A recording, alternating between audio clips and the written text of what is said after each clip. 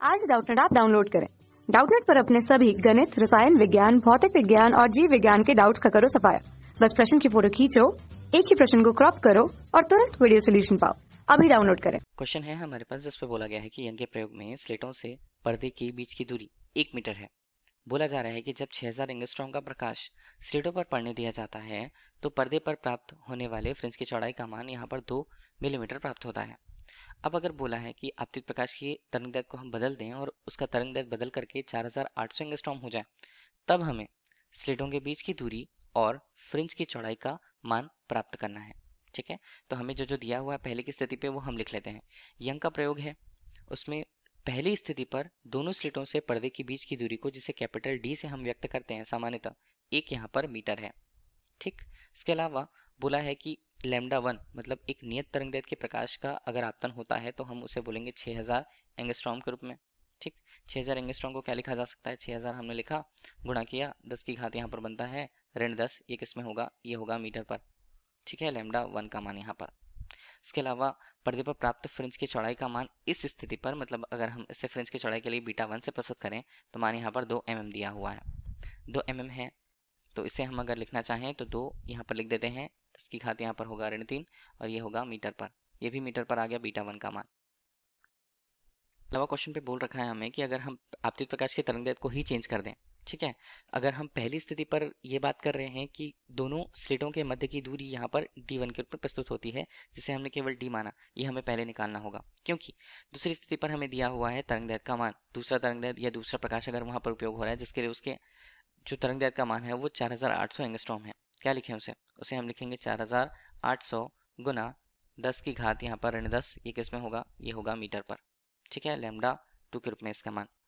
तो हमें स्लेटों के बीच की दूरी ज्ञात करनी है, मतलब d2 का मान हमें ज्ञात करना होगा और फ्रिंज की चौड़ाई का मान मतलब बीटा 2 का मान भी हमें यहाँ पर ज्ञात करना होगा। ठीक है, ये दोनों हमें ज्ञात करने हैं। में दो स्थितियां हमें दी गई हैं, लेकिन दोनों स्थितियों में यह नहीं कहा गया कि स्लेटों के बीच की दूरी है वो चेंज होती है। तो हम स्लेट के बीच की दूरी पहले ही फॉर्मूले या पहले कंडीशन से निकाल सकते हैं, जहाँ फ्रिंज की चौड़ाई का सूत्र क्या होता है, बीटा के रूप में इसका मान होता है लैम्डा कैपिटल डी बटे स्मॉल डी के रूप में। अब देखिए, चलिए अगर हम पहले कंडीशन के हिसाब से निकाल रहे हैं तो सभी के मान को पहला कर देते हैं। बीटा 1 हमने ले रखा, लैम्डा 1 हमने ले रखा, डी की दूरी यहाँ भी नियत है, d1 भी हम ले लेते हैं चलिए, और इसे स्मॉल d1 के रूप में लेते हैं और स्मॉल d1 का मान हमें ज्ञात करना होगा। ठीक है, लैम्डा 1 कैपिटल D1 बटे हम यहाँ पर देखें नीचे मान को तो ये बीटा 1 के रूप में प्रस्तुत होता है, बीटा 1 के रूप में। ठीक है, तो स्मॉल d1 का मान हमारे पास कुछ इस तरह से होगा। अब देखिए सभी मान को हम रख लेते हैं, d1 का मान हमें चाहिए होगा, लैम्डा का मान हमारे पास कितना, पहली स्थिति पर इसका मान था 6000 एंगस्ट्रॉम, 6000 हमने लिया, 6000 गुणा किया 10 की घात यहाँ पर ऋण 10 मीटर के रूप में, गुणा d1 का मान देखें तो 1 मीटर है वहाँ पर। इसके अलावा अगर हम देखें बीटा 1 का मान तो वो कितना है, वो है 2 गुना 10 की घात यहाँ पर ऋण 3 के रूप में। इसके मान को हल करा तो हल करने के बाद इसका मान हमारे पास आता है 3 गुना 10 की घात यहाँ पर ऋण 4, ये किस में होगा, ये मीटर पर होगा। स्लेट की चौड़ाई का मान दूसरी कंडीशन पर भी होगा, जिससे स्मॉल डी के रूप में अगर हमने प्रस्तुत कर रखा है। ठीक है, तो ये हमारे पास पहला मान तो निकल गया जो हमें पूछा गया था कि स्लेटों के बीच की दूरी कितनी होगी, तो पहले का मान हमारे पास आ गया। अब देखिए दूसरा अगर हमें ज्ञात करना है, दूसरा क्या पूछा है, दूसरा पूछा है फ्रिंज की चौड़ाई दूसरी स्थिति पर अगर हमें निकालनी है, तो उसके लिए हम यहीं से कैलकुलेशन करते हैं। ठीक है, कैलकुलेशन यहीं से करेंगे तो कैसे बनेगा, देखिए ये हमने एक तरफ ले लिया। अब देखिए फ्रिंज की चौड़ाई का सूत्र क्या बनता है, फ्रिंज की चौड़ाई का सूत्र बनता है बीटा, तो बीटा 2 के रूप में अगर हम इसे ले लें तो यहाँ पर लैम्डा आएगा संगत पर 2, दूरी भी अगर d2 के रूप में हम लें, और तीसरा यहाँ पर आता है स्मॉल डी, तो स्मॉल d2 हमने ले लिया, तो बीटा 2 का मान हमें ज्ञात करना है। तो लैम्डा का मान हमारे पास कितना हुआ, दूसरी स्थिति पर 4800 एंगस्ट्रॉम था, 4800 हमने लिया और 10 की घात यहाँ पर ऋण 10 मीटर किया।